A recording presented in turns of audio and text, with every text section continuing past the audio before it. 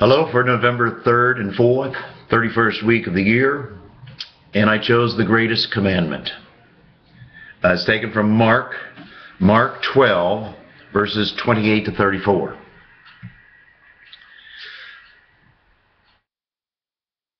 Don't give Jesus credit for the great commandment. When the scribe asked him, "What's the greatest commandment?" And Jesus answered, "Don't give him credit. He didn't make that up. It wasn't his insight."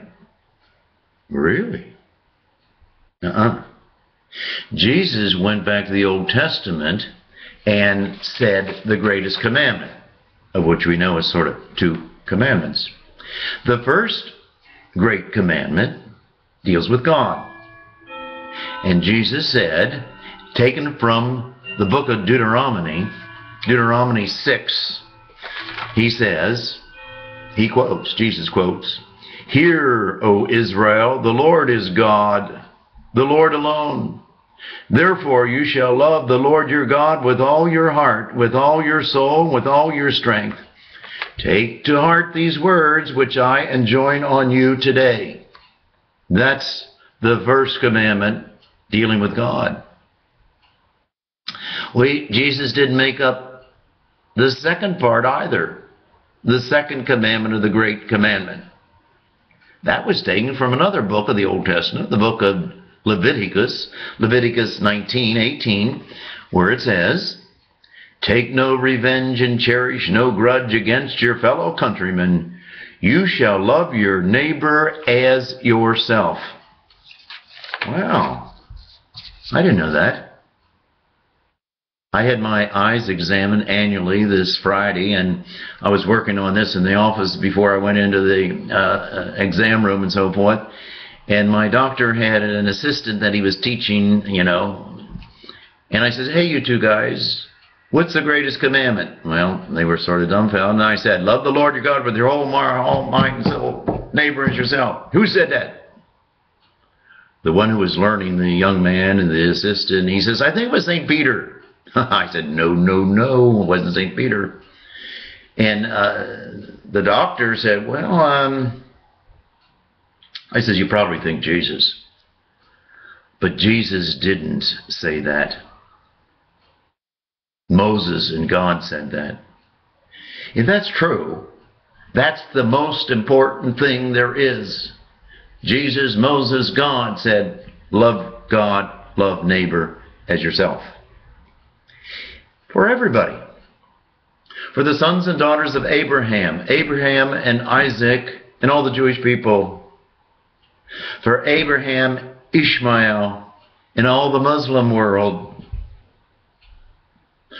For Catholics and Christians and all the followers of Jesus Christ. Everybody is called to love God and love your neighbor as yourself. The scribe asked about this. Jesus says what he said. And he agreed, and Jesus said, "You do this, and you are not far from the kingdom of God." Not far. Close? No, you're close. How do you get close to the kingdom of God? How do you get close to the kingdom of heaven?